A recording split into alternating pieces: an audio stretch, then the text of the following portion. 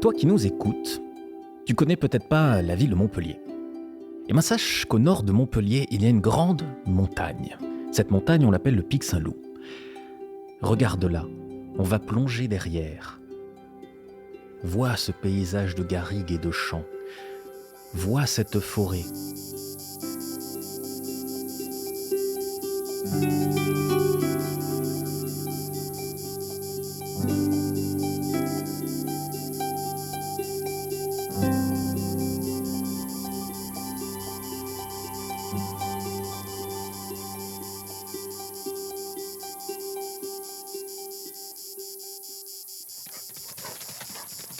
Et maintenant, tu es à toute vitesse avec nous. Tu sens le souffle de la proie qui est un peu plus loin devant toi. Autour de toi, il y a 4 grands loups. Et ces 4 grands loups sont en train de chasser. D'ailleurs, je vais m'adresser immédiatement à leur chef, Bailly d'Argent. Vous êtes en train de chasser quoi, Bailly d'Argent ? Nous chassons un sanglier.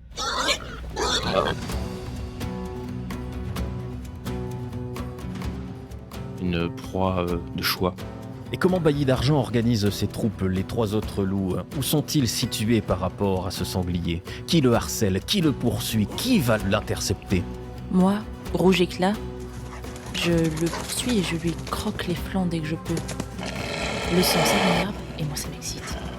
Et à chaque fois, le sanglier fait une embardée. Il essaie de donner un coup de tête dans la direction, mais tu es bien trop vive pour lui, alors il commence à courir de manière éperdue à travers la garrigue. Seulement, vous savez que s'il continue à courir comme ça, il va s'approcher d'une petite falaise. Il ne faut pas qu'il tombe de cette falaise, parce que vous perdriez votre proie. Qui va l'empêcher de tomber ? Et c'est moi, Éclair Noir. À un instant, il croit voir une percée, un endroit où il peut s'enfuir et... Je vois l'espoir disparaître de ses yeux lorsque moi, je lui coupe la route. La pauvre bête fait un virage désespéré, ses sabots patinent dans la terre. Elle esquive Éclair Noir comme elle peut, elle change de direction et elle va bientôt tomber dans la gueule du dernier loup de la meute. Trufagile. Je suis juste à côté. Oh, je sens les jarrets, c'est trop bien. Je lui mordis les jarrets et c'est franchement trop cool. Et Léa, je crois que je vais partir avec en fait. Allez, moi je me... Hey, tu partages. Pardon. Le sanglier s'effondre. Il saigne par toutes les petites blessures que vous lui avez infligées depuis des heures et des heures que vous lui courez après. La forte et puissante silhouette de Bailly d'Argent est là pour donner le coup de grâce, je suppose. Effectivement, je me rapproche doucement de la bête, gardant un œil aux alentours pour être sûr que rien ni personne ne puisse nous atteindre lors de cette curée, et j'achève l'animal. Toi qui nous écoutes, si tu étais là, tu frémirais d'horreur, déjà du spectacle de cette meute qui dépaisse un sanglier de forte taille. Tu t'apercevrais alors que ces loups sont des loups très grands, très massifs. Mais tu les verrais ensuite trottiner tranquillement à travers la garrigue, s'arrêter dans une clairière où il y a un petit tas de linge dans un coin près d'une source. Tu entendrais alors des bruits de craquement. Tu les verrais changer de forme et reprendre une forme humaine, car ces loups ne sont pas des loups, mais des neuris, des âmes doubles, à la fois humains et à la fois loups. Les 4 se nettoient dans la source, se rhabillent, sont des habits de paysans. Nous sommes en l'an de grâce 1209. Il fait très chaud cet été-là. Rôliphonique saison 3. Les loups de la bergerie.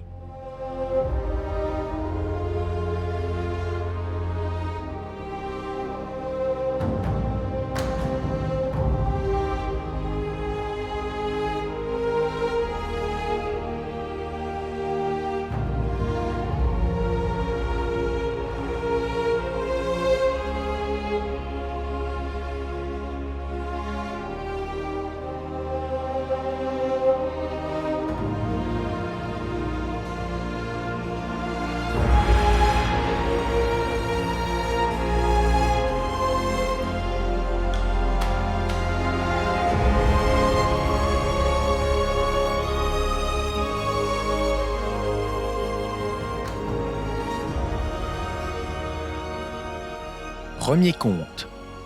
Quand on parle du loup, vous êtes une meute de loups au Moyen-Âge, au nord de Montpellier, et pourtant, collectivement, vous avez un drôle de métier pour des loups. Vous faites quoi déjà ? Nous sommes bergers. Vous élevez donc des moutons. Des moutons qui ont parfois du mal à s'y habituer à vous. Ceci dit, ils filent droit et je crois que vous n'avez pas de chien de berger. C'est moi le chien.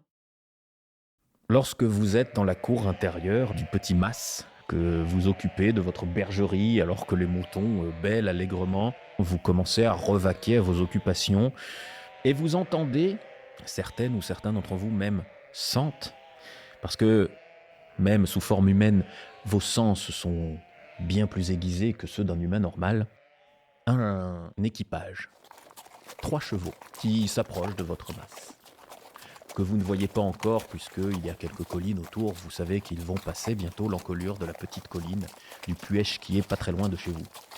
Agnès, c'est les chevaux de qui? Tu les reconnais? Ça fait longtemps qu'on n'a pas senti ça là. Tu viens, on va voir. Allez, viens, on va voir. Allez, on va voir. Agnès, tu restes en place. Johan, va jeter un œil, s'il te plaît. On attend de voir ce qui se passe. Johan, tu montes le Puech pour aller voir comment ça se passe ? Je vais ouvrir un fenestrou pour jeter un œil. D'accord. Mais au bout d'un moment, tu vois effectivement 3 chevaux s'approcher et tu reconnais le destrier, ou plutôt le cheval de monte, c'est pas son destrier, de Enguerrand, le seigneur de Castel-Lundres, le seigneur de la terre que vous occupez, quelque part votre seigneur, même si peut-être ça vous énerve de l'admettre. Et derrière lui, sur 2 chevaux de moindre qualité, 2 hommes d'armes, qui sont là vraiment pour dire que le seigneur, il se déplace pas tout seul. D'ici, tu sens leur transpiration, d'ici, tu sens leur ennui. Il doit faire plus de 30 degrés, ils sont en cotte d'armes. Le seigneur, lui, il a juste une robe classique. Et il s'approche tranquillement de chez vous. Voyant que c'est le seigneur de Castel-Lundres qui s'approche, je vais me détendre instantanément, sortir pour l'accueillir. Que faites-vous les autres ? Je suis de très très près.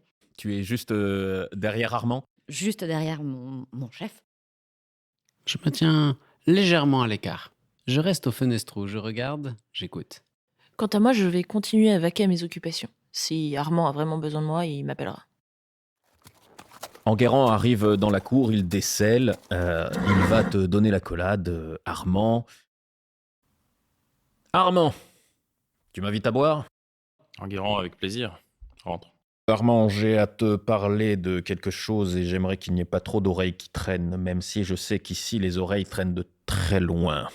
Du coup, je m'approche. Je reste à l'extérieur, mais je me mets contre la fenêtre du bas. Très bien. Alors, juste pour tester un tout petit peu le système, je vais vous faire un jet à tous les deux, Agnès et Johan, pour voir si vous arrivez à faire traîner votre oreille de manière efficace. Donc, vous allez utiliser l'un de vos 3 attributs, en l'occurrence l'esprit. Donc, vous prenez autant de dés que vous avez en esprit, c'est-à-dire pour Agnès, 4. et éventuellement l'un de vos vécus, donc les expériences que vous avez accumulées dans votre vie qui peut-être peuvent s'appliquer à écouter au coin des portes et ainsi de suite. Vous jetez le total de ces dés et tout résultat de 5 ou de 6 donne une réussite. Il en suffit d'une, donc vous me direz juste si vous avez réussi ou pas. Pour moi, c'est réussi. C'est réussi aussi. Donc vous entendez parfaitement ce que se disent Enguerrand et Armand. Tandis qu'il me semble que donc Marie doit faire du fromage quelque part. Exactement. Faut bien que quelqu'un fasse tourner l'économie de cette maisonnée. Armand, prendras un petit lait de brebis s'il te plaît. Michel, Luc, allez vous balader. Oh, ouais. Puis ils partent, ils vont vers le puits et ils cherchent si vous avez de l'alcool.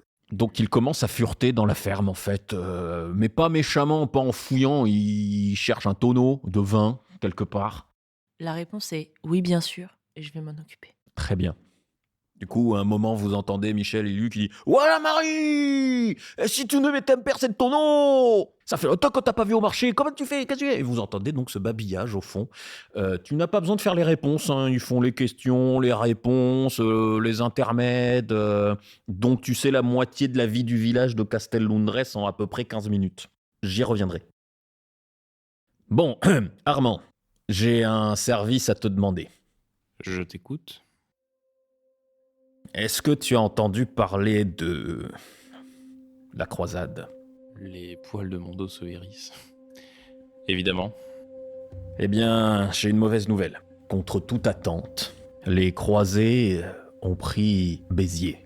Et ils ont fait même plus que cela. Ils ont brûlé la ville, n'épargnant aucun habitant. Mais Béziers est une ville fortifiée, comment ont-ils réussi ? J'ai entendu des histoires qui semblent tellement incroyables que je ne sais comment ils ont fait. Je pense qu'il y a eu quelque part une traîtrise. Mais toujours est-il qu'ils ont pris la ville. Mon cousin, le vicomte Trancavel, n'était pas là. Il était parti chercher des renforts, mais il n'a rien pu faire pour cette ville. Et certains se sont échappés, sont arrivés dans la région. Et c'est justice de leur donner abri. Seulement voilà, j'ai un problème. J'ai appris également par un ami qui habite Montpellier que d'ici quelques jours, avec la suite qui va amener ma belle-fille qui va se marier avec Amaury, viendra un frère dominicain qui semble être chargé de voir s'il n'y a pas quelque hérésie qui traînerait en mes terres. Et il se trouve que ces réfugiés qui viennent en ces terres sont des albigeois. Ils prônent tous cette religion que les croisés veulent éradiquer. Il y a même parmi eux une parfaite et un parfait. Donc, si je comprends bien, tu as décidé d'héberger des hérétiques, mais tu ne peux pas te le permettre, donc tu es venu me voir. C'est un peu ça. Disons plutôt que j'aimerais que tu les aides à se faire discrets le temps que le frère dominicain vaque à d'autres occupations. Je sais que, à une demi-lieue de votre ferme, il y a un village abandonné, au fond des bois, là, en direction de la grotte des Demoiselles. Oui, exact. Installons-les là. Nourrissez-les. Dites-leur de ne pas sortir, ce sont des pauvres gens complètement effrayés. Ils ont littéralement vécu les flammes de l'enfer. J'ai déjà vu l'injustice à l'œuvre, je ne la laisserai pas marcher sur mes terres. Ce sont des hérétiques. Ils ont vu les flammes de l'enfer car ils l'ont mérité. Ce sont des chrétiens, et on ne leur a pas laissé le choix. D'ailleurs, là-bas, de bons chrétiens, comme tu dirais, ont été brûlés tout de même, juste parce que ils ne les avaient pas dénoncés. On dit même que Simon de Montfort, le chef de la croisade, aurait dit à ce moment-là qu'il fallait les brûler tous et que Dieu reconnaîtrait les siens. Est-ce là la justice du chevalier ? Et que tu le veuilles ou non, Armand, vous êtes sur mes terres et je suis votre seigneur, et il sera fait comme je l'entends. Armand se redresse, un petit peu blessé dans son ego en entendant ça. Tu es notre seigneur, et il sera fait selon ta volonté, Enguerrand. Mais n'oublie pas une chose. Avant ta seigneurie, avant ta famille, il y a la mienne qui est beaucoup plus importante. Je vais protéger tes parfaits. Je vais les mettre de côté et faire en sorte qu'on les oublie. Mais à la moindre occasion, moindre risque que pourrait prendre ma famille dans cette histoire, je les dénoncerai sans hésiter. Amen. Amen.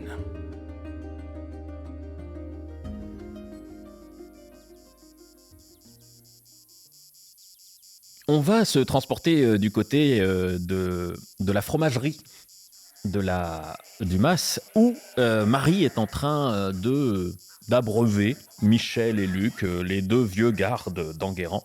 Est-ce que tu essaies de leur tirer des infos quelconques, Marie ? Alors, ce qui est bien avec Michel et Luc, c'est qu'il suffit que je leur resserve un verre de claret, et d'un coup, ils n'ont plus besoin d'aucune sollicitation. Il suffit d'un tout petit peu de patience. Alors là, c'est le MJ qui te demande un peu quelles infos tu voudrais tirer du flot continu de paroles qui sort. Je dirais qu'il y a 3 informations essentielles. La perception du village par rapport à nous. Est-ce qu'ils continuent à bien nous aimer ? Quand est-ce qu'il faut qu'on retourne au marché ? Ce genre de choses. Le cours de la brebis. Et la politique locale, globalement, le seigneur, comment est-ce qu'il est perçu ? Est-ce qu'il y a un danger extérieur qui nous menace ou pas ? Alors, je commence par ce dernier point. La politique locale est principalement agitée par le mariage très prochain de l'héritier de la seigneurie, Amaury, que vous connaissez toutes et tous très bien, puisque c'est quelqu'un qui est au courant de votre nature, avec la fille d'un seigneur assez lointain, Sibylle de Séverac. Et Sibylle est allée à Montpellier il n'y a pas longtemps et elle va prendre la route très prochainement. Et donc d'ici quelques jours, elle va arriver pour se marier donc à l'église de Castel-Lundres avec Amaury.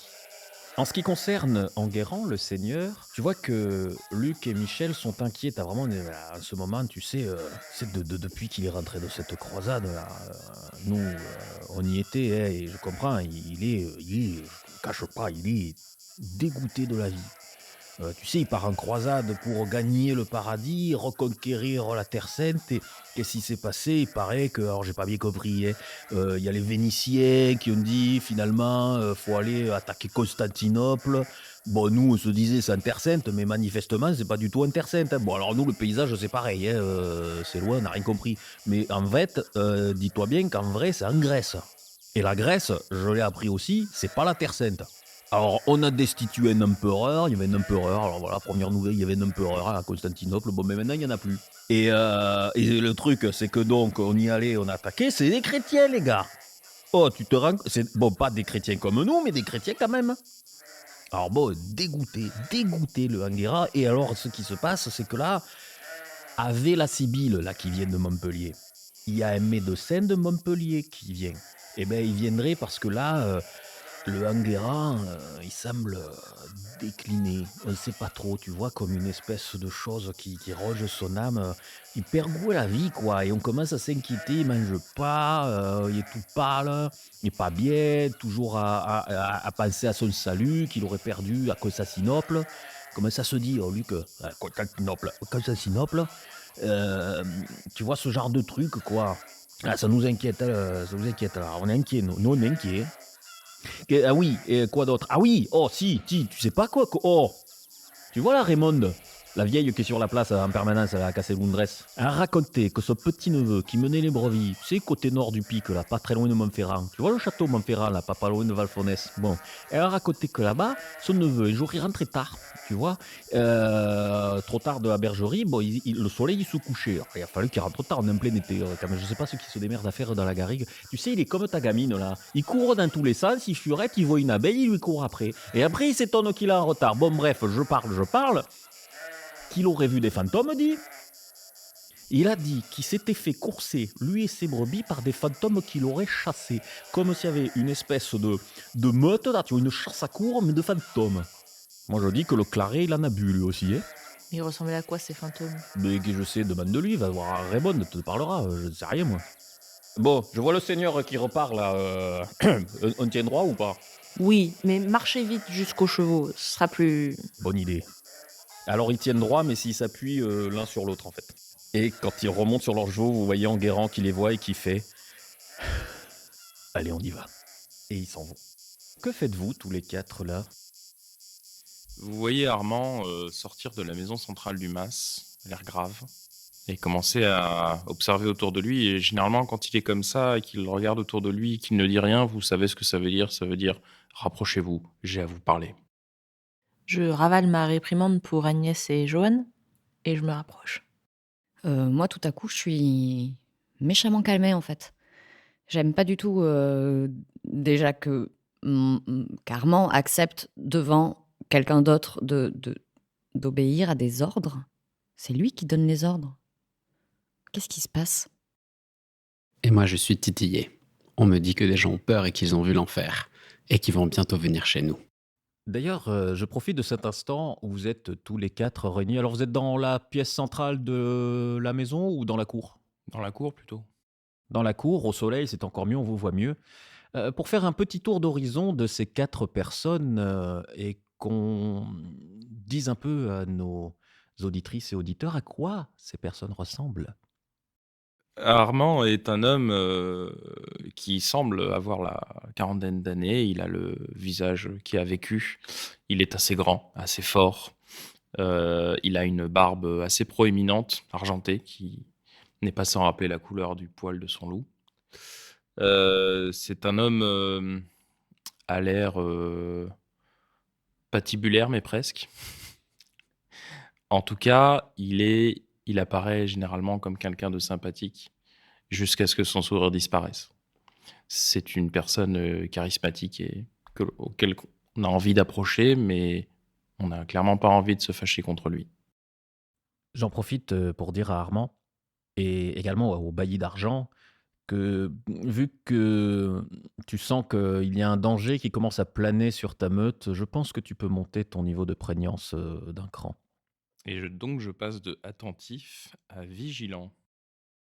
Agnès est une jeune fille qui semble avoir une vingtaine d'années, peut-être 25, on ne sait pas trop. Elle est assez commune, châtain, pas particulièrement grande ni particulièrement petite. Par contre, elle est musclée. Elle est terriblement musclée. Ben, en même temps, c'est une jeune fille qui passe sa vie à courir, qui passe sa vie à marcher dans la campagne, à monter sur les falaises pour récupérer des brebis. Donc elle est musclée et elle est endurante. Marie est une femme qui a la bonne trentaine, peut-être 40, on ne sait pas trop, et qui est imposante pour une femme. Elle est grande, elle est massive, elle est musclée, et sa présence et son charisme font à peu près la même proportion que sa personne. Elle aime bien être le centre de l'attention, et elle se déplace comme si c'était le cas en tout temps. Joanne fait jeune. On dirait qu'il a peut-être un peu moins que la vingtaine. Il est grand, un peu dégingandé, et il se tient vraiment pas droit. Il a une tête, si vous l'aviez vu, vous, dans votre classe, peut-être vous lui auriez jeté un bout de gomme. Il n'aime pas là où il est. Ça se voit. Il y a quelque chose dans son attitude de toujours un petit peu fuyant. Très bien, vous pouvez reprendre votre dialogue. Notre seigneur Enguerrand m'a demandé à ce que nous protégions 2 personnes.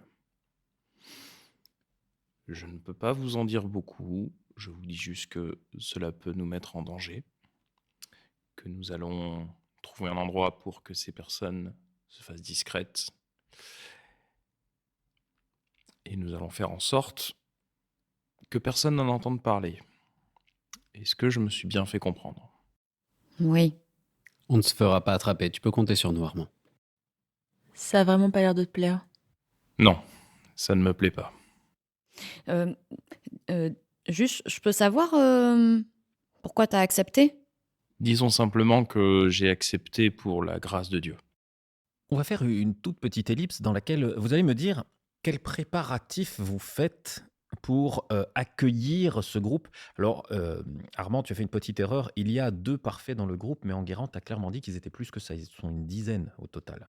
Donc, c'est vrai qu'il y a à une demi-lieue de chez vous, plus proche du pic, un peu plus dans la hauteur, un hameau abandonné. Donc, en gros, hein, si certains et certaines d'entre vous sont baladés dans la garrigue ou dans des forêts un peu partout en France, on croise régulièrement de ces anciens hameaux en terre sèche avec des murs qui tiennent à peine debout. C'est exactement ça. Il y a encore quelques toits sur certaines maisons, mais techniquement, là, c'est pas vraiment habitable. C'est un abri de fortune, mais ça peut pas être mieux. Évidemment, vous avez bien noté, en tout cas Armand, tu as bien noté qu'Enguerrand ne t'a absolument pas dit quand est-ce que ces personnes allaient débarquer. Donc, comment procédez-vous? Bah, j'aurais tendance à dire que déjà pour que l'illusion soit parfaite, il faut rénover un petit peu le village, rebâtir les murs effondrés, mettre des toits, un enclos à moutons par-ci par-là pour qu'ils puissent avoir une couverture. C'est pas parce qu'ils mangent pas de moutons qu'ils peuvent pas les garder. Ça peut nous libérer du temps. Moi, je sais une chose sur les troupeaux, c'est que y a rien qui rassure plus un agneau que avoir le ventre plein. Je vais donc taper dans nos stocks et leur préparer de quoi manger sur place. J'ai cru entendre que les bons hommes et les bonnes femmes, les parfaits, ne mangent pas de viande. Du coup, je vais plutôt leur garder peut-être du grain, des céréales, du pain, ce genre de choses. Je vais faire ce qu'on me demande, mais franchement, de mauvaise grâce. Je comprends pas. Je comprends pas. Et puis ils vont être nombreux, et puis ils vont rester longtemps. Et puis, non, mais il faut qu'on les nourrisse, nous, tous ces gens-là. Ils peuvent pas travailler comme tout le monde. À un moment, ça va là, et puis c'est quoi ces gens qui mangent pas de viande? On peut m'expliquer? Agnès. Mais non, mais ils sont bizarres quand même! C'est bizarre et on les rencontre quand? Parce que moi, j'ai quand même des questions à leur poser et Ta mission, ce sera d'aller les voir régulièrement. Tu pourras leur poser des questions et vérifier que tout va bien. s'ils répondent pas ce que je veux, je peux faire quoi? Prendre ton mal en patience et venir demander à Armand ce que tu peux faire. Ouais. Qu'est-ce que t'en penses, Armand? Je pense que c'est une bonne idée. Effectivement, il va falloir que tu fasses preuve de patience, comme nous tous d'ailleurs, dans cette histoire. Cela ne me fait pas plaisir, comme je le disais tout à l'heure, mais nous allons devoir le faire. 3 jours se passent. Vous vous activez, vous vous escrimez sous le cagnard de l'été du Languedoc. Celles et ceux qui s'emploient à retaper comme ils peuvent les murs du hameau sont évidemment de loin les plus fatigués, les plus épuisés même. Et au bout de 3 jours, en fait, il y a le petit Pierrot. Alors, petit Pierrot, c'est un pâtre, hein, il est un peu comme Agnès, mais en version encore plus jeune. C'est un pâtre qui garde des troupeaux pour tous les gens. Et il sert un peu de messager dans le coin, parce que comme il a beaucoup d'énergie, on lui confie les messages, parce que comme ça, il court. Et il vient vous apporter un message qui vient de Castel-Lundres pour vous dire que vous êtes invité le samedi suivant au mariage d'Amaury de Castel-Lundres et de Sibylle de Séverac en l'église de Castel-Lundres. Et la manière dont le message est formulé, puisque c'est un message oral, hein, bien entendu, qu'il a pris par cœur, à mon avis, enfin si, peut-être Johan sait lire, mais les autres on serait surpris. C'est le genre d'invitation qui ne se refuse pas. Alors je suppose que vous vous endimanchez. Qu'on sort nos plus beaux vêtements, tu veux dire? Oui. Ceux dans lesquels il n'y a pas de trou. Et du coup, on va manger quoi? Et ça dure longtemps une cérémonie de mariage et on pourra manger avec eux parce que ils font de la Agnès, oui? tu te calmes. Oui, on va manger avec eux, nous sommes invités. On va manger certainement les meilleurs mets que nous avons pu manger cette année, car c'est un mariage. Le Seigneur a certainement sorti les grands moyens. Et voilà, cela se passera, tu verras, c'est un événement tout à fait joyeux. Que dirais-tu, Marie, de sortir de la cave ton meilleur fromage que nous pourrions offrir au mariage? Alors justement, j'ai une cuvée expérimentale que j'ai fait il y a 2 ans de ça. Je pense qu'il y a moyen que maintenant, ce soit vraiment, vraiment cool. Est-ce que tu veux le goûter pour vérifier? Non, je te fais confiance. Moi, je veux bien goûter. Je veux bien goûter, ça a l'air vachement bon. C'est Non, quoi? mais c'est pas à toi que je demande ton avis. Je te ferai goûter, mais plus tard. J'en ai un autre pour nous.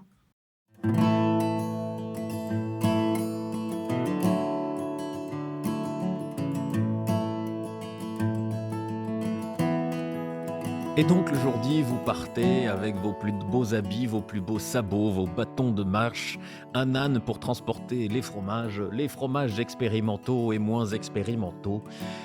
Et vous parcourez la petite lieue, donc ça vous prend à peu près 2 heures, à pas tranquille, il n'y a pas de marche. Évidemment, pendant ce temps, Agnès a bien parcouru 3 lieues à courir en long, en large et en travers, devant, derrière, à gauche et à droite, pour arriver à Castel-Lundres, la capitale de votre seigneurie, qui est fort impressionnante, hein, puisqu'il doit y avoir une bonne 50aine d'habitants. Un château qui n'est pas très grand, mais qui est fort bien conçu. Plusieurs des seigneurs de Castel-Lundres ont participé aux croisades et comme de nombreux seigneurs, ils ont importé l'art des fortifications de la Terre Sainte. Donc c'est un château fort bien conçu. Et c'est la liesse, c'est la foule, c'est plein de couleurs, c'est plein d'odeurs, c'est plein de bruits, de joie. Tout le monde discute, ça, comme on dit chez nous, ça tcharre dans tous les sens. Il y a une espèce de marché improvisé, évidemment, où chacune vend alors des produits locaux, mais aussi des tas de petits porte-bonheur qu'on vous vend comme pour porter bonheur au futur couple, en fait. Et sur le parvis de la petite église, qui n'est pas bien grande, la foule se presse pour voir Amaury et sa future femme entrer. Évidemment, tout le monde fait des paris sur à quel point sera-t-elle jolie ou pas. Pour entrer dans l'église, où, vous voyez, Michel, lui dit « Wow! Wow, les pâtres là! Wow, wow, il y a la place, venez, venez! Allez, barrez-vous, laissez-les passer, mais on vous laisse passer facilement, Armand ayant sa réputation dans la région, c'est quand même celui souvent qui sert d'intermédiaire quand il y a des conflits entre les différents paysans du coin et le seigneur. Et la foule se presse, vous regarde, et quelqu'un s'approche de vous. Un moine, avec une belle robe blanche. Ah! Mes bien chers frères, mes bien chères sœurs, bonjour. Laissez-moi me présenter, je suis le frère Dominique et je viens résider quelque temps dans votre région. J'ai entendu grand bien de votre... Je ne sais pas ce que vous êtes, une famille? Oui, Ah, donc je suppose que madame est mariée avec monsieur. Pas du tout. Madame est ma nièce. Oh! Bah dites donc, vous ne les faites pas. leur fratrie avait un grand écart d'âge. Donc voilà, la nièce. Et cette jeune fille? Moi, je suis une cousine. Très bien, très bien, très bien. Écoutez, charmant, charmé. Oui, monsieur? Et moi, Armand est mon parrain. Le plus beau des liens possibles, unis dans la famille de Dieu. Voilà, je tenais juste à me présenter, inutile mais je passerai peut-être vous visiter. J'ai grand hâte de découvrir cette belle seigneurie. Et du coup, mon frère, vous êtes le nouveau paroissien. Je ne suis pas paroissien, je suis de passage. Ah, mais vous pouvez déjà goûter un de nos fromages. Vous nous en direz de nouvelles la prochaine fois que vous passerez. Et puis, je vous rincerai un petit peu. Je fais du claret maison. Alors, c'est comme du vin, mais arrangé aux épices. C'est Johan qui va les chercher dans la garrigue.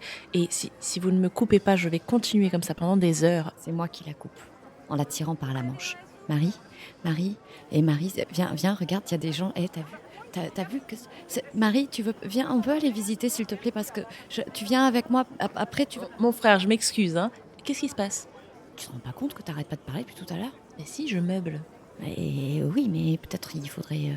Viens, on y va. Moi, j'aurais profité du monologue de Marie et de l'attention donnée ainsi par le frère pour l'observer. Observer ses moindres faits et gestes, puisqu'un homme avec tant de bonhomie qui arrive au village, pour moi, c'est à la fois une bonne nouvelle comme peut-être la plus grande des inquiétudes. Donc je me demande qu'est-ce qui est derrière ce visage. Eh bien, tu peux me faire un jet d'esprit. As-tu une spécialité qui peut s'appliquer peut-être J'ai une spécialité en instinct. Ah oui, c'est très bien. Y a-t-il un vécu qui peut peut-être t'aider? Eh bien, en tant que vécu, je suis le métayer de la région. Et j'ai donc l'habitude d'essayer de voir lorsqu'on essaye de me refourguer de la mauvaise camelote ou lorsqu'on essaye de me mentir en disant que « Ah non, ce mois-ci, on ne peut pas payer l'impôt, hélas !» Alors que, si, il faut. Tu me l'as bien vendu, j'accepte. Donc, tu jettes autant de dés que la somme de ton esprit et de ton vécu.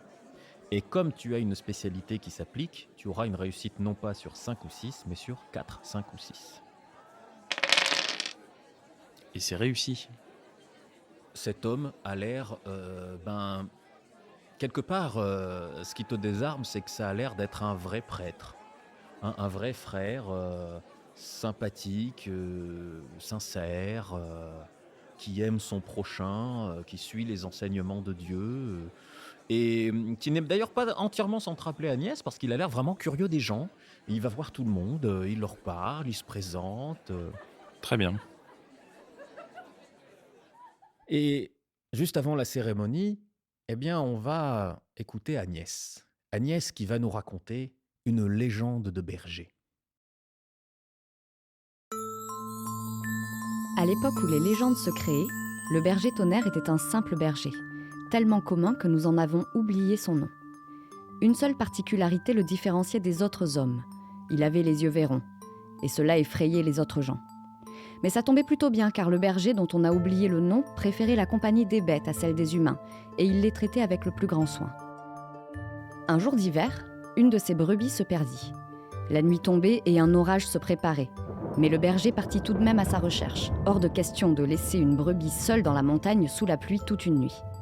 L'orage, qui est très orgueilleux, prit comme un affront que ce petit berger aux yeux vairons ose partir dans la montagne alors qu'il grondait depuis plusieurs minutes déjà. Il se fit plus gros, plus fort, redoublant de grondements, rugissant contre les falaises, sachant que l'écho doublerait encore ses effets. Le berger, dont on a oublié le nom, entendant les fracas immenses de l'orage contre la montagne, s'inquiéta d'autant plus pour sa brebis. Seule, dans le noir, elle devait être terrifiée, alors il accéléra le pas, s'enfonçant encore dans la montagne. Outré que le petit berger ne prête pas attention à ses avertissements, l'orage se mit à lancer en hurlant des éclairs sur sa route pour lui faire demi-tour. Le berger, lui, en fut ravi.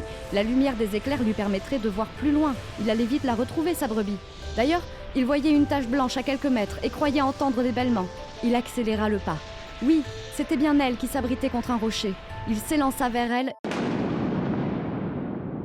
L'orage et le berger ne furent reliés par la foudre que quelques secondes. Mais cela suffit à ce que chacun comprenne l'autre. Ce n'était pas pour défier l'orage que le berger était parti dans la montagne. Mais il aurait dû écouter ses avertissements. L'orage décida que le berger ne mourrait pas, mais qu'il deviendrait son berger à lui, celui qui veillerait à ce qu'aucun de ses éclairs ne s'égare et qui le guiderait lorsqu'il entrerait dans des colères trop grandes comme ce soir. Et c'est ainsi que le berger dont on a oublié le nom devint le berger tonnerre. Si vous avez l'occasion d'observer un orage en montagne, vous aurez peut-être la chance de le voir arpenter les crêtes. Il porte un grand chapeau de feutre de la couleur des nuages et attrape les éclairs avec son bâton avant qu'il ne frappe le sol. Mais attention, si vous le voyez de suffisamment près pour discerner lequel de ses yeux est bleu, que vous sentez vos poils se hérisser et que vos oreilles se mettent à bourdonner, alors jetez-vous au sol et espérez que le berger tonnerre attrape la foudre avant qu'elle ne frappe.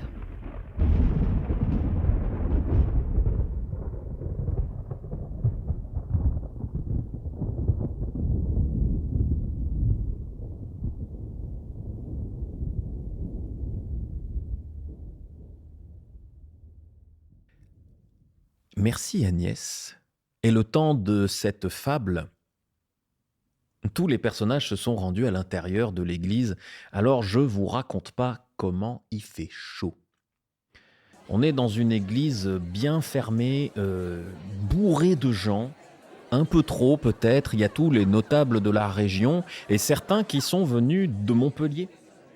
Vous voyez au premier rang, là où sont vraiment les invités de marque, vous voyez plusieurs toges blanches marquées d'une croix rouge. Ce sont plusieurs chevaliers du Temple qui sont venus de la commanderie de Montpellier pour assister au mariage. Il y a également quelqu'un de noble allure et vous pensez que c'est probablement un représentant de la seigneurie de Montpellier, de la dame et du seigneur de Montpellier qui sont venus assister au mariage. Et il y a une figure que vous connaissez bien. Un monsieur qui doit avoir une trentaine d'années, assez grand, assez athlétique, ce qui ne correspond pas à sa profession de mire, de médecin. C'est quelqu'un que vous connaissez bien, vous le fréquentez, il est médecin à Montpellier, il s'appelle Moshe Ben-Zohar. Et c'est quelqu'un avec qui je crois vous avez des arrangements, n'est-ce pas Johan ? Tout à fait, il collectionne, il aime beaucoup tout ce qui vient des loups. Surtout des loups comme nous. Une mèche de cheveux de temps en temps, peut-être une touffe de poils, des griffes. Il adore ça. Il est prêt à payer cher pour ça. Car Moshe est ce qu'on appelle un loutier. Il y a des croyances qui disent que certains remèdes faits avec des parties de neuris, de loup-garou, donnent des remèdes bien plus efficaces que d'autres. Et si certains loutiers n'hésitent pas à chasser les gens de votre espèce pour avoir leur matière première, d'autres prennent moins de risques et passent des accords, ce qui est bénéfique pour les deux parties.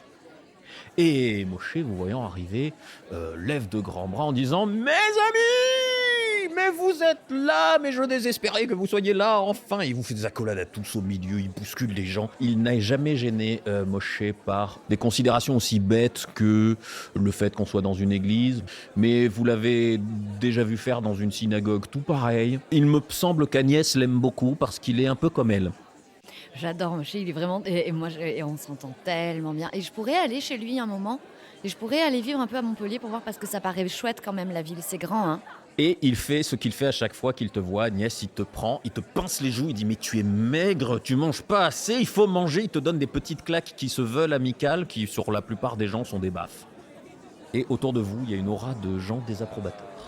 Voyant l'atmosphère assez désapprobatrice des gens autour de nous, je ne vais pas dire grand-chose, je vais juste lancer quelques regards, histoire de bien rappeler qui nous sommes et le respect qu'ils nous doivent.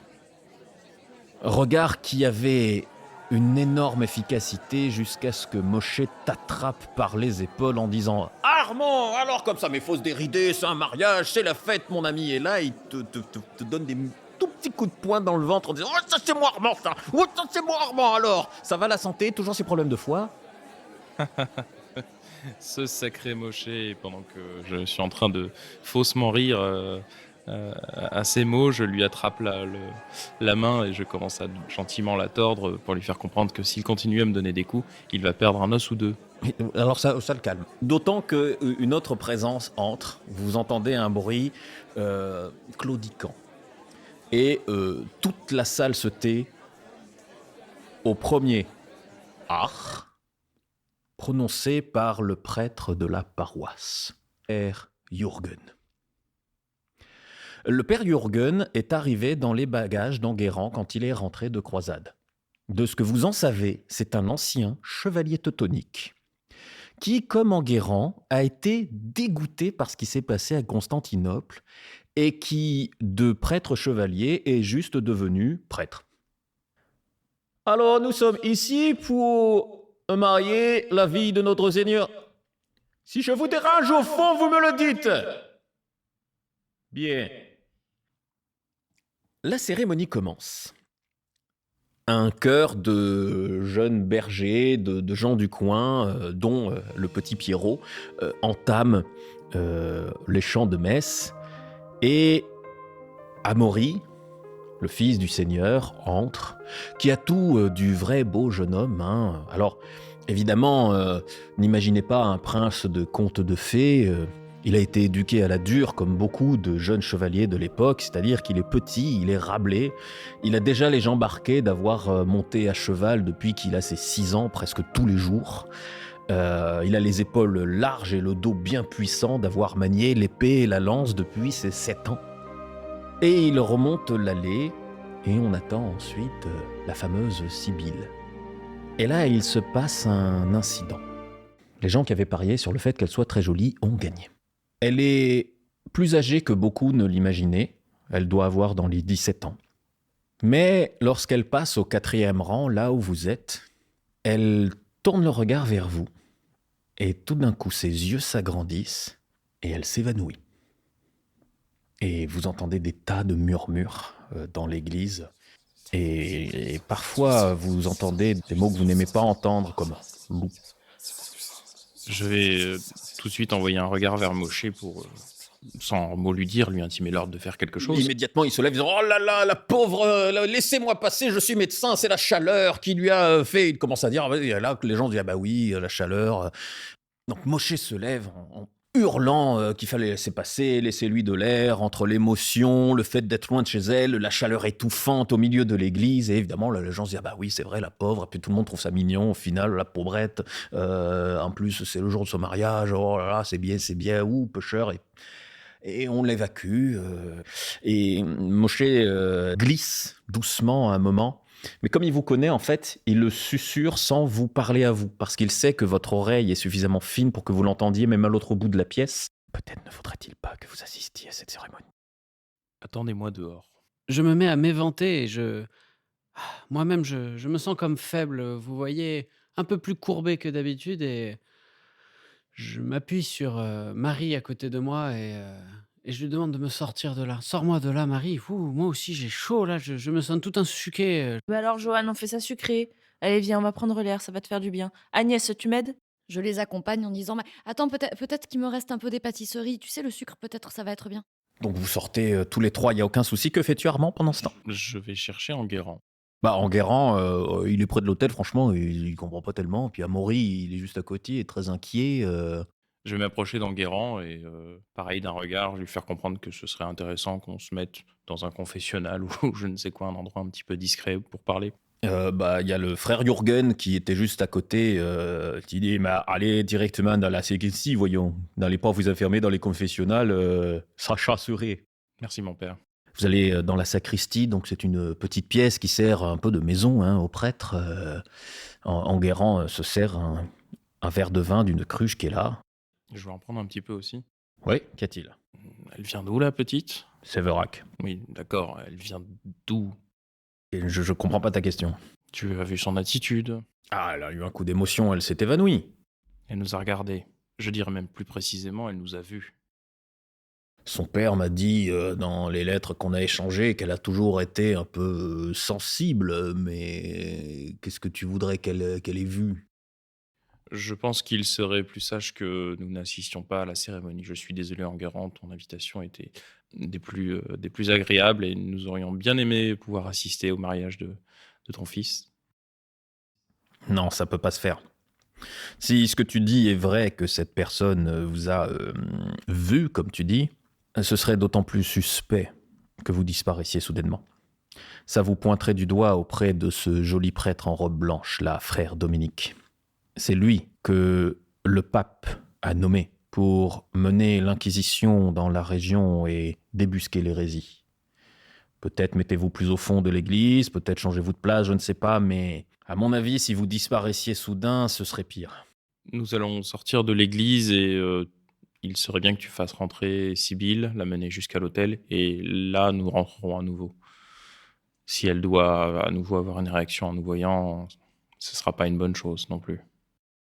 On va essayer de lui parler, je vais voir ce que je peux faire. Mais revenez dans l'église, ça me semble plus prudent, je ne sais pas ce que tu en penses. Tu as raison, tu as raison. Je vais chercher les miens.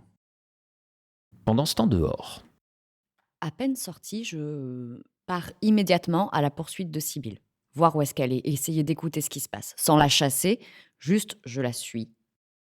c'est assez simple, hein. Encore une fois, rappelle-toi que tes sens sont déjà plus développés que ceux des humains, même en n'étant pas très loin, tu entendras bien mieux que d'autres, même au milieu du brouhaha, ce qui se passe. Et je ne te fais pas faire de jet, c'est assez simple, elle est dehors, il y a de la presse, tu vois Mosché, tu arrives à te glisser, tu es assez maline pour te glisser là où il faut, sans en avoir l'air. Et tu vois que elle dit, je sais pas, elle aussi en fait, elle joue le jeu de non, j'ai eu un malaise soudain, un coup de chaud, c'est l'émotion. Elle joue parfaitement le jeu, mais là aussi ton instinct lupin au fond de toi, tu entends qu'elle ment. Pendant que tu fais ça, je voudrais que Marie et Joanne me fassent un petit jet d'esprit. C'est quelque chose qui a rapport au sens, donc si vous avez une spécialisation en instinct, ce serait super, et des vécus par rapport à des bons sens, ce serait magnifique. C'est raté. C'est raté alors que j'avais un bonus en instinct. Il y a une odeur qui plane. Vous jureriez que ça sent l'ours. Il n'y a pas de montreur d'ours dans la place. Bon, au bout d'une petite demi-heure, un père Jürgen sort de l'église en disait « Ah bon, on n'a pas toute la journée, allons-y là, mademoiselle, elle est de meilleure humeur, on va pouvoir s'y remettre. Allez, also, schnell, schnell, schnell !» Je fais des petits signes à mes camarades, des petits signes de tête, le genre de signes qu'on utilise à la chasse pour indiquer qui doit se mettre à quel endroit. Peut-être que je suis doué pour savoir où me cacher, donc instinctivement je sais dire qui devrait se mettre dans quelle zone de l'église pour que la mariée les voie moins, que ce soit facile pour eux de se dissimuler à son regard. Du coup, oui, vous arrivez à être un peu plus dans des angles morts. Plus loin déjà de l'allée centrale, ne serait-ce que ça. En plus, c'est une église d'architecture romane, donc on peut pas dire que ça soit extrêmement lumineux à l'intérieur. Donc c'est assez facile pour vous de vous glisser ici ou là. Alors peut-être il y en a deux d'entre vous qui sont peut-être un peu plus costauds que les deux autres, qui doivent un peu jouer des épaules pour pouvoir trouver une place soit sur les bancs, soit au bord des murs. Mais la cérémonie se déroule sans plus d'incidents. Et après la cérémonie, eh bien, le seigneur, évidemment, offre un grand banquet à toute la seigneurie qui se déroule dehors, tandis qu'un autre banquet se déroule, lui, dans le château. Et Pierrot est envoyé pour te faire dire Armand que peut-être, du coup, par contre, ce serait pas une bonne idée que vous alliez au banquet du château et que restez dehors. Effectivement. Il t'indique également que le rendez-vous est ce soir au milieu de la nuit, à la frontière ouest de la seigneurie. Merci Pierrot. Et il part avec un air de conspirateur. Faites-vous quelque chose de spécial pendant la fête? On mange? Oui. Et comme souvent, ça impressionne beaucoup les gens autour de vous parce que vous avez vraiment un appétit de loup. Peut-être pas tous au même endroit, du coup on va peut-être rester sur la stratégie de la cérémonie, de s'éparpiller dans la foule, sans être trop loin d'axes de regard les uns des autres, mais pas attirer l'attention plus que ça. Moi qui suis quand même d'un naturel curieux, cette odeur d'ours, elle me pose question. Et je cherche dans la foule sans vraiment mettre toute mon énergie dedans, mais je cherche d'où ça peut venir. Tu peux me refaire un petit jet d'esprit. L'odeur vient de quelqu'un. Pas très loin de frère Dominique, qui est en train de discuter. Il y a un moine franciscain. Il a une grosse robe de bure marron, juste nouée par une corde. C'est pour ça qu'on les surnomme souvent les cordeliers. Donc c'est un autre ordre de moines, des moines pauvres. Et c'est un homme petit, râblé. Il a une grosse barbe et il est en train de manger lentement, mais avec un rythme très continu, une énorme écuelle. Et il sent l'ours. Que fais-tu, Agnès ? Parce qu'à ce moment-là, son mouvement s'interrompt, son regard juste se lève vers toi. Et il reprend à manger, mais sans te quitter des yeux. Tu peux monter ta prégnance d'un niveau. Car au fond de toi, Truffagile se dit « Oulala !» Mon regard plonge vers mon assiette et j'essaie de tous les moyens possibles, sans que vraiment ce soit visible physiquement, d'alerter mon chef. Armand, s'il te plaît, il y a un truc qui se passe pas bien, c'est bizarre. J'essaie de faire passer ça par tous les pores de ma peau, par mon odeur, j'essaie de bouger les oreilles. C'est pas facile quand t'es sous forme humaine de bouger tes oreilles pour faire des signaux. Je compte quand même fortement sur Johan, qui m'a beaucoup aidé, qui sait où j'en suis, etc., qui lui n'est pas visé par ce gros monsieur bizarre. Ça sera un jet de dominance pour faire ça. Ah oui, là, c'est plus de l'esprit. Tout ce qui est relations sociales, globalement, ça passe par la dominance. Et la réussite, ce sera pour le faire discrètement. Trouver un moyen de communiquer ta peur à Armand, à ton alpha, ce sera jamais un problème. Vous êtes à distance. Par contre, le faire sans trop te faire capter par tout le monde, ça sera plus difficile. Je suis de base une personne pas très discrète. Voilà. Agnès, dis-moi comment tu fais, pas discrètement du tout, un signal discret à Armand. Donc je suis effectivement en train de regarder mon assiette en essayant de manger comme si de rien n'était. Et évidemment, de base, je mange pas de façon très propre. Là, je m'en fous partout. Et en plus de ça, je renverse mon verre et je fais tomber l'assiette. Mais c'est pas possible. Mais ah là là, mais qu'est-ce qui m'arrive? Bah il faut que je m'en aille. Armand, que fais-tu ? D'ailleurs, je pose aussi cette question à Johan, parce que toi qui étais en train de l'aider à ce moment-là, qui la soutenait moralement, tu la vois tout d'un coup se décomposer et faire ça.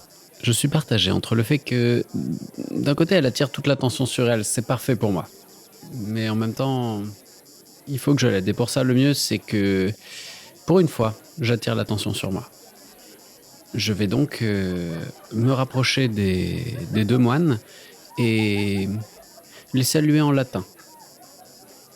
Après tout, moi aussi j'ai étudié un peu dans les ordres et si mon père m'a forcé, il me reste quand même quelques phrases.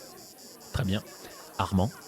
Mais moi, en fait, sans qu'elle s'aperçoive vraiment que je sois passé derrière elle, Agnès va sentir ma poigne puissante lui attraper le bras et tirer de table pour l'emmener derrière un bâtiment et gentiment l'engueuler et lui demander ce qui se passe. Au passage, tu entends la voix de Luc qui dit « Ouh, ça va barder !»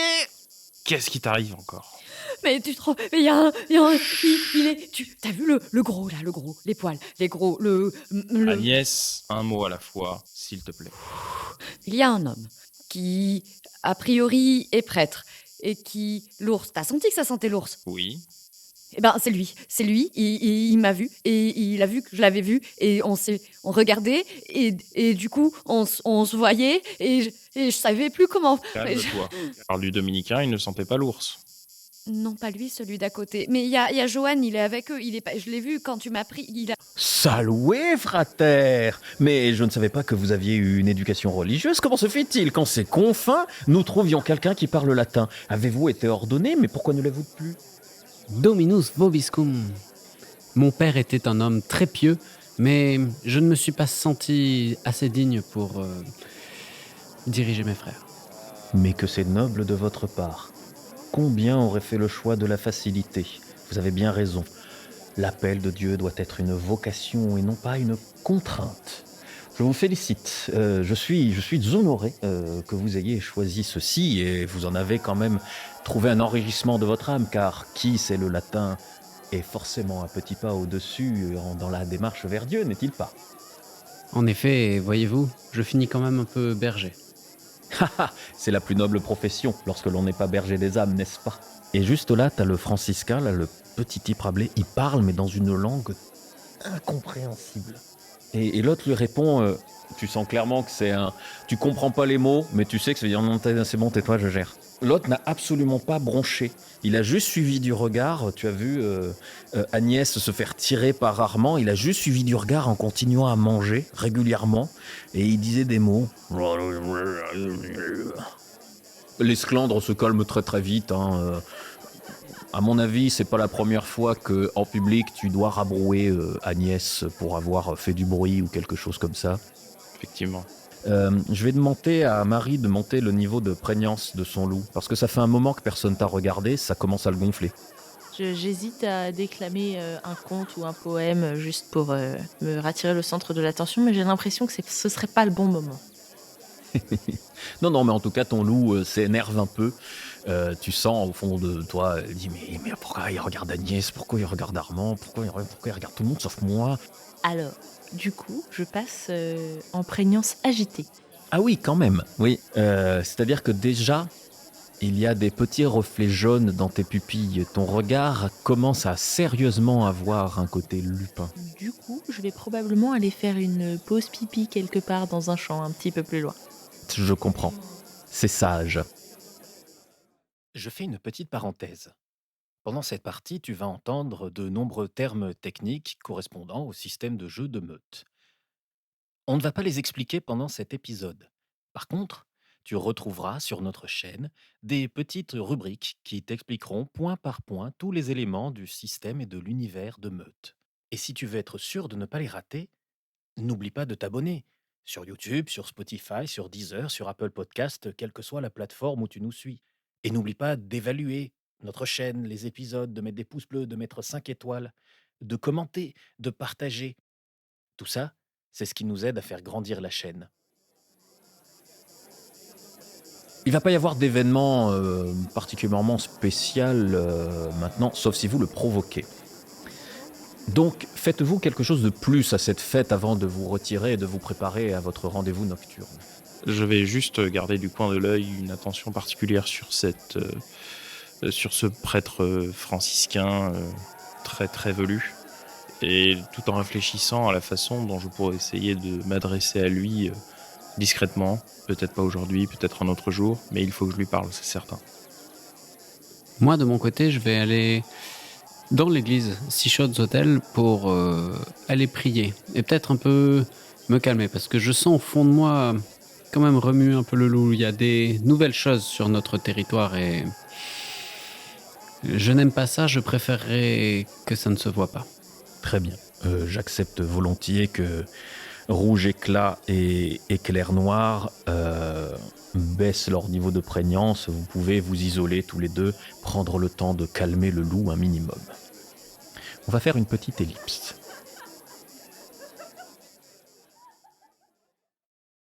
On est en pleine nuit. J'aimerais bien pouvoir vous dire qu'il fait frais. Mais on est en plein cœur de l'été, on est loin de la mer ici, et le sol rend la chaleur accumulée depuis toute la journée et il fait encore bien chaud. Vous attendez sur un petit chemin. Nulle torche, nulle lanterne, vous n'en avez pas besoin.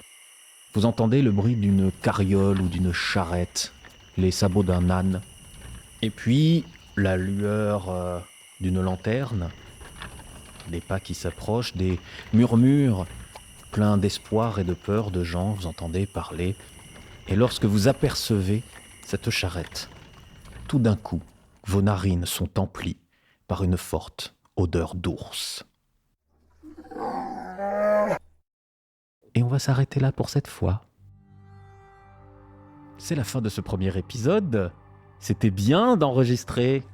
Et j'espère que pour vous, c'était bien de nous écouter de nouveau. On se retrouve la prochaine fois dans ce deuxième épisode de cette saison 3 du feuilleton Rolliphonique. Ce soir, avec nous, il y avait Raphaël dans le rôle de Johan Éclair Noir. Bonsoir. Il y avait Lucie dans le rôle de Marie Rouge Éclat. Ça fait plaisir de vous revoir. Il y avait Greg dans le rôle de Armand Bailly d'Argent. Merci. Il y avait Jeanne dans le rôle d'Agnès Truffagile. Et il y avait Déborah qui nous a fait la prise son et tous les retours intéressants pour que nous sonnions bien à vos douces oreilles. Et à la maîtrise, il y avait Maître Ramos, bien évidemment.